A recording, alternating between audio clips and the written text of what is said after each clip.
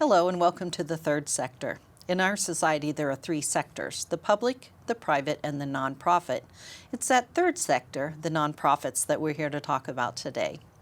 My first guest is Eric Nicholson with the Richmond Neighborhood Restoration. Thanks for having me, Rachel. Well, you're welcome. Thanks for being here.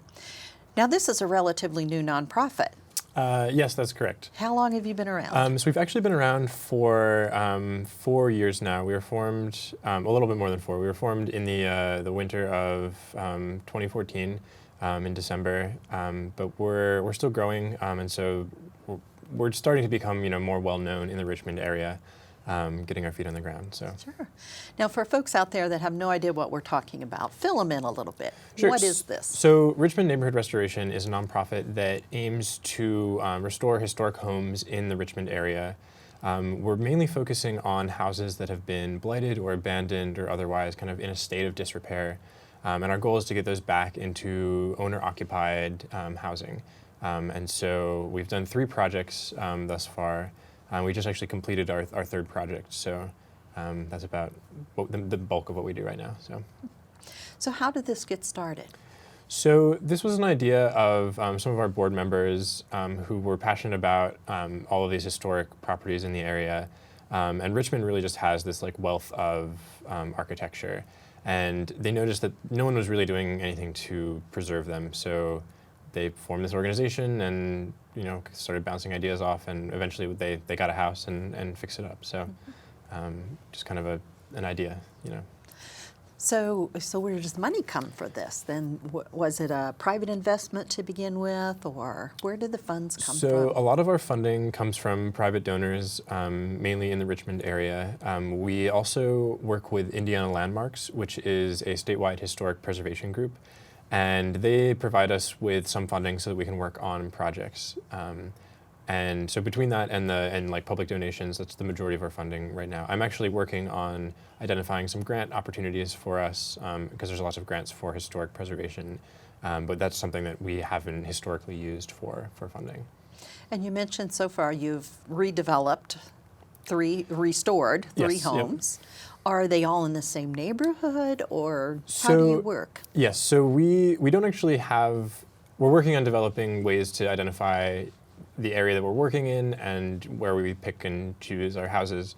But the 3 projects that we've done have been in the Linden Hill neighborhood, which is over by, it's between Main Street and South A, near Dennis School, so in the mid-teens to 20s.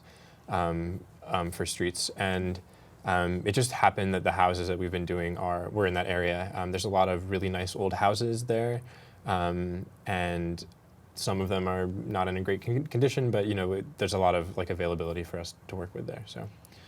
And so do you have guidelines in place? I mean, I know some of the homes in that area probably can't be saved. So how do you determine which homes you're going to work with?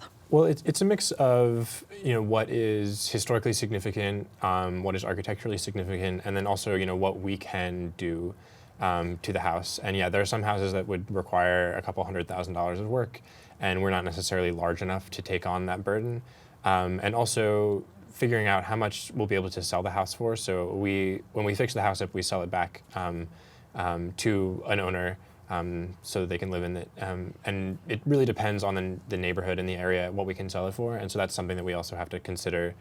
Our goal is to grow to the point that we can take fairly significant losses on houses, because that way we can work in neighborhoods that normally when you renovated a house, it wouldn't really give you that much return on investment. And that's why we're here, is that we can kind of take more of a risk, and we don't have to come out of the project with money. So really the goal is to save the house. To save the house, yes. And strengthen the neighborhood. Yes, and I think Richmond has just all these amazing houses, and I think that our community really can rally around that as a cause. I think that we've had this great history of all these factories and the music, and because of that, we've kind of inherited all these great places. So.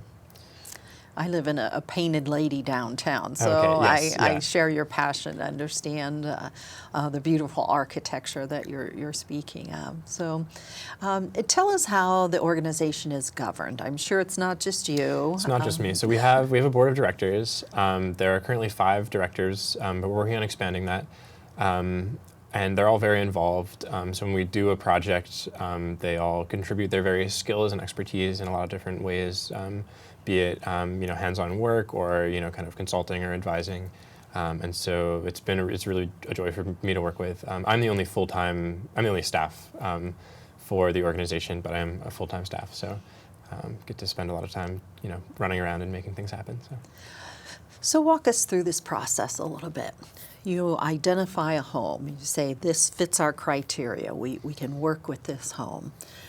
What happens after that? Do you have a team of professionals that come in and work alongside your volunteers? Is the labor donated? Is it kind of half and half? Or what happens to these homes? Well, the short answer is it's a bit of everything. So once we have a house, we start figuring out what we can do with it. And our goal is to get as much labor done by volunteers or donated as possible. But obviously there are some things that you can't do like that. So the first thing we've been doing is getting volunteers in and cleaning out the house and getting it ready for the renovation process. And that gives us a better idea of what we can do in the space.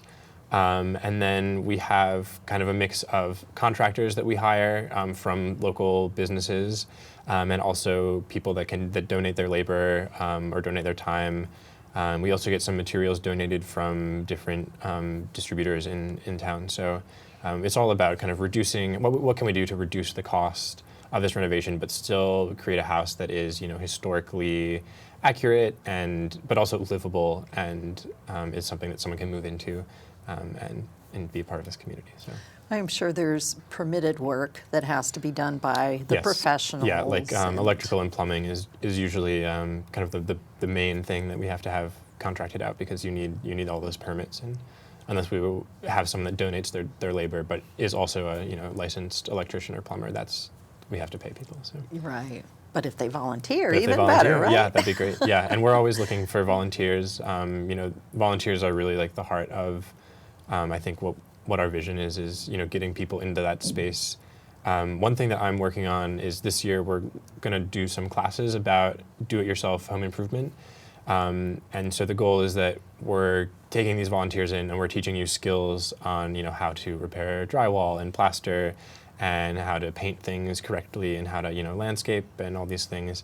And that way you can help us better because you'll have these skills, but then you can take those skills back to your house and do all those things for yourself or for your neighbor. And I think that's really going to be where we're going to see a lot of change happening is empowering people and giving them the tools and the skills they need to fix their own houses. Right. So not only are you giving the house back to the community, but you're giving skills to the community. Yes. I know, Ron and I joke about there's nothing square in our house. When we go to do the work, it's like learning all over again how to do the work because nothing is plumb in this house. Yes, so. And I live in a house right now that has some of those problems, and I'll try and install something, put some cabinets in, and I realize, there's no squares here, so just gotta adapt to it. But are you just gonna lean your head and pretend like it's level? So. Yes, yeah. Yes. So when you've completed the home then, how do you go about finding a buyer? Do you have a process for that as well? So we're still working on that. So the last 2 houses that we did, we used a real estate agent to sell them, and that worked pretty well. This house, we decided that we were going to try and sell it ourselves. So I did a lot of research on how that happens because I've never sold a house before. But we found there's a bunch of websites online that are for historic houses. And also throughout this whole process, through social media, we'd kind of been advertising the house to the community, and so people were following the progress and all that stuff. So we listed it on a couple websites and put a sign out front, and we sold it. So you make it sound so easy. It was not that easy. I definitely understand why you pay real estate agents to do that, but one of the factors that we decided on was that we would save a significant amount of money by doing it ourselves, and so we wanted to see if it could happen, and we did it. So yes, yeah. I had a question in my head; it just totally left. But Oh, I know you have talked a couple times about volunteers. Yes, yeah. And as we're kind of wrapping up here, how can volunteers get a hold of you? If folks are out there thinking, well, I'm a retired plumber, I could volunteer, I'm a retired electrician, give us some ways that they could get in touch with you to volunteer. So the best ways to find us are, we have a website and we have a Facebook page. Our website is richmondneighborhoodrestoration.org, and you can just also search that in Facebook and you'll find us. And there are ways to contact us there. We have email that you can use, and we'll also be putting out some probably forms for volunteers to sign up because we're working on developing that. So, yeah. And it is a lot of fun to follow the progress on Facebook. Yes, good. I yeah. follow you, and the before and after is just amazing on the homes that you're doing. Yeah, the transformation that we can achieve is really incredible. I mean, this community works so hard to save these homes that it's a wonderful experience. Yeah. Yes. So in our last 2 minutes, let's talk about fundraising. Yes, yeah. You can't do this without a lot of funds. That's correct. So other than you just mentioned the grants, working with historic landmarks, how can the folks out there help support these projects? I mean, I would say, donating money is number one, but we also, materials and labor are an amazing thing.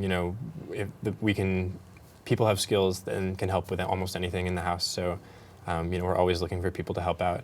Also, just spreading awareness about what we're doing is really helpful. So, liking our Facebook page and sharing posts that we do that that align with you, and help us get information out there and get it out into the community. And And do you have a way for them to give online through your website? yes, you can donate through our website. Yeah. Okay, and give us that website again. It's richmondneighborhoodrestoration.org. .org. Okay, and if they want to send a check, let's give them the address so they can do that too. We have a P.O. Box, so we're P.O. Box 144 in Richmond, Indiana, 47375 for the post Okay. office, so. In the last 30 seconds, is there anything you want to cover that we've forgotten?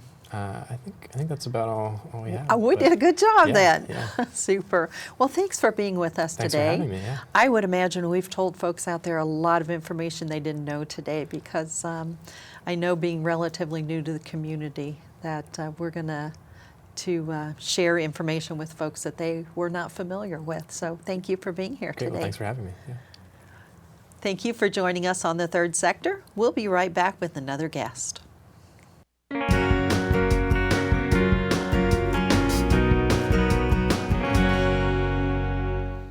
Welcome back to The Third Sector. My guest now is Alan Stamper with Good News Habitat for Humanity. Welcome, Alan. Thank you. Tell us about Habitat for Humanity. I know it's been around for a long time, but how long has it been in Richmond? Well, the local affiliate was started in 1990 here in Richmond, and over that time, we've built several homes, actually 58 homes to be exact, and we are on our, 68 homes to be exact, and we're on our 100th partner family. That's amazing. Yeah. That is amazing. 68 homes. Yeah. Wow. And are these all homes that you have built from the ground up, or are you rehabilitating homes now? Well, previously we were always building them, stick building them from the ground up, and now we've began because of the blight program that we have here in the city, and the fact that we have such a problem with blight in the city, we began to do complete rehabilitation of homes. And in fact, last year we had 2 separate homes that were scheduled to be tore down that we've completely rebuilt, and they have families in them now, which is awesome. That is great, because I often wondered, why can't we do something with these homes? And my previous guest was with Richmond Neighborhood Restoration, and it's just a great feeling to know that we can build new homes and also preserve some of these homes. So that's a nice component to what you're doing. Yeah, and that's really a great program that they have going. And but what we're trying to do maybe is partner with people that are already in the current community and try to bring up the entire neighborhood. So one of the things that Habitat strives to do nationwide is be that instrument of change in a neighborhood. In fact, the one property on Oakland Avenue that we renovated it was very interesting. Once we started renovating this house, 2 houses on the left and 2 houses on the right, we have 5 houses all being worked on at the same time once we began our project. So it was a real lifting up of the entire neighborhood, and we're pretty proud of that. And don't you see that happen when you build the homes too, though?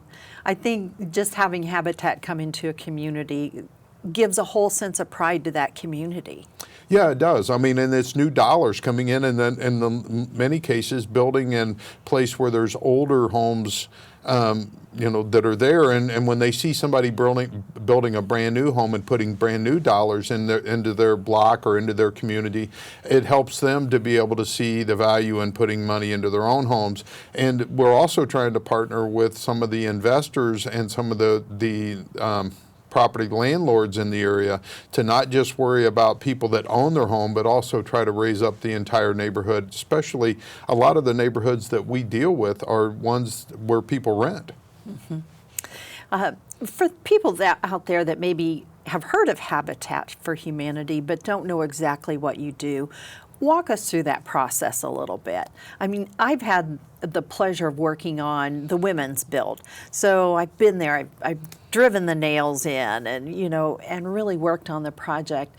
But I know there are folks out there that maybe don't understand exactly what it is that you do. So explain that a little for us. Well, what we do is we try to put God's love to work in being able to help provide low-income housing for those in the community that might not be able to have it otherwise. And so the volunteering that you talk about, as far as putting a hammer in your hand and driving the nails and doing those things, that's an important part of it. But also then we try to be able to partner with those families for them to be able to provide labor into these homes, so they have skin in the game. And then also what we do is we provide a 0% low interest, no interest loan to help make that home more affordable. So to give you an idea, once someone would qualify for one of our homes, our payment for it is over a 20-year period. All of the money, every payment goes directly to principal, and they can pay a home off in 20 years and have a payment of less than $400 a month, and that includes their taxes and their insurance. So all they're paying above that is their utilities. And so that's cheaper than most people can rent, and they get the opportunity to within 20 years completely own their own home. So that's how the program works. It's a low-income housing program providing that, as we like to say, a hand up to home ownership, not a hand out, because they partner and they provide, the ability to pay off the home on a monthly basis themselves. Mm-hmm. Yes, when I worked on the women's build, I met the homeowner. Mm-hmm. She was there working alongside of us, and she was so tickled to see the walls starting to form on her house. And it wasn't, oh, do this for me. It was her putting work into that home. And it was just such a joy to see that happening. So, I'm sorry. Well, you're hitting on part of what is special about Habitat. It's community. It's bringing people together to help someone else. With that hand up, it's not just Habitat giving them the hand up. It's the entire community, and that's, I think, the special part about what we do. Mm-hmm. How do you select the families? How do you find out about these families? How do they qualify? What goes into this process? Well, it's interesting because this is something that I learned during the time once I became executive director. On the board, you're really not exposed to it as much, but it's very similar to the process that you would use for you or I going and qualifying for a home. We look at the same things. We make sure that it's affordable based upon their income. We look at their credit to see if they've been a person that's been a good steward of their money and paid their bills. So that process is very similar to what it would be for any of us to get their first home or to get a home.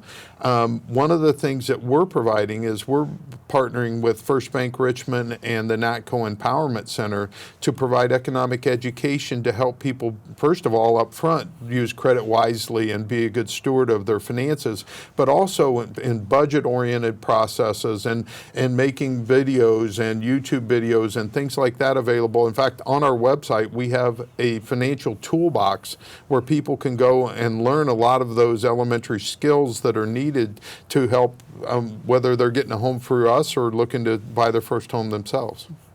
And do you find that folks that are coming to Habitat are first-generation homeowners?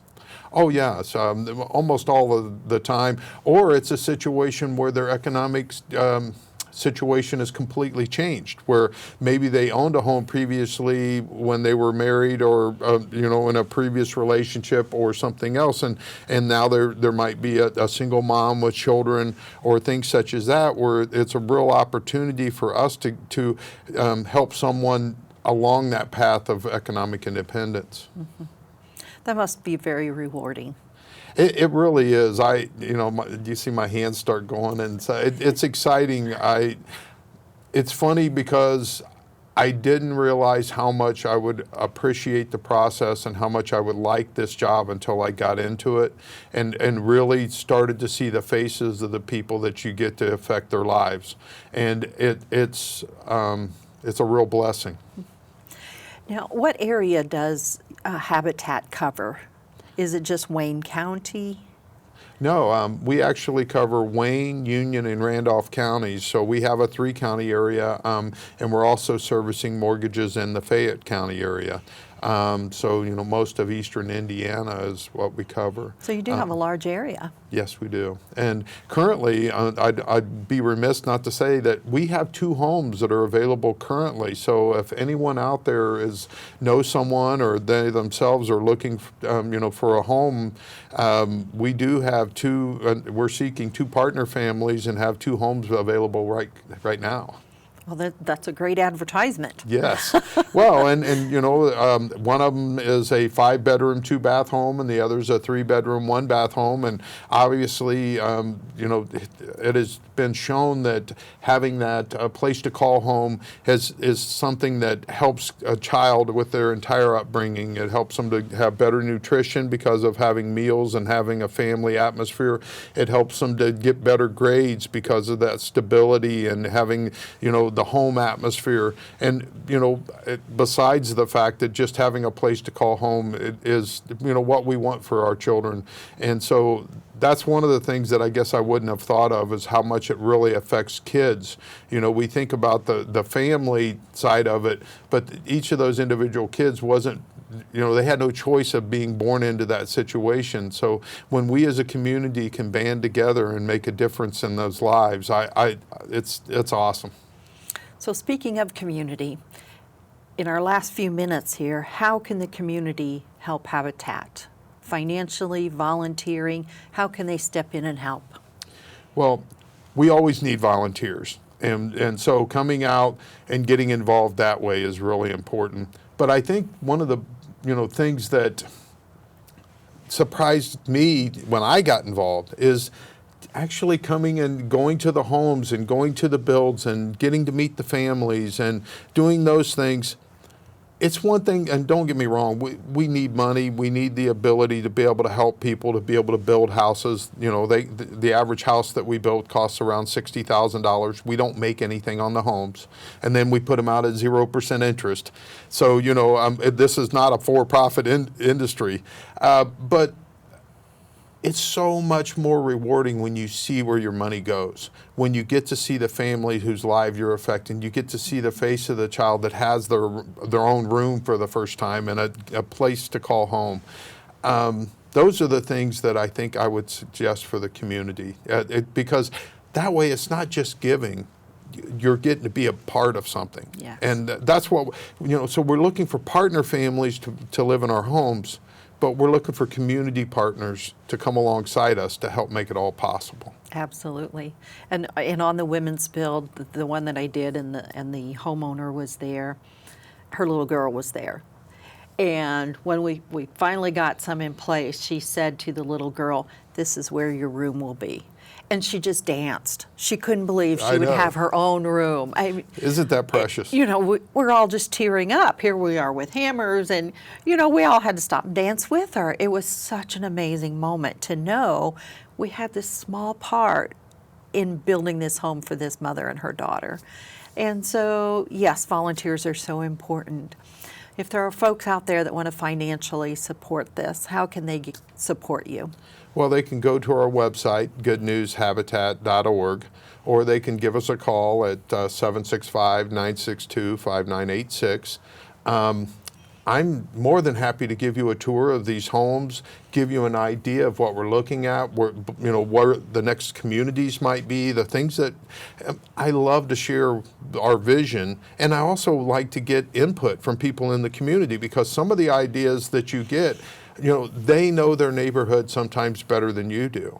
And so that opportunity to be able to interact and find out, firsthand where they think the best place to go, just any idea can be helpful. So, and the other thing is the retired contractors and people in the community that used to be plumbers, electricians, swing hammers, do all of those things. We need help from them too. And, anything anybody can do to help us would be great. Yeah, good. Well, thanks for what you do in our community. We appreciate it, and I know the folks out there appreciate it. So thank you for being with us today and talking about Habitat. Awesome. Thank you for what you do in the community. Oh, it's my pleasure, truly. And thank you for joining us today for the Third Sector.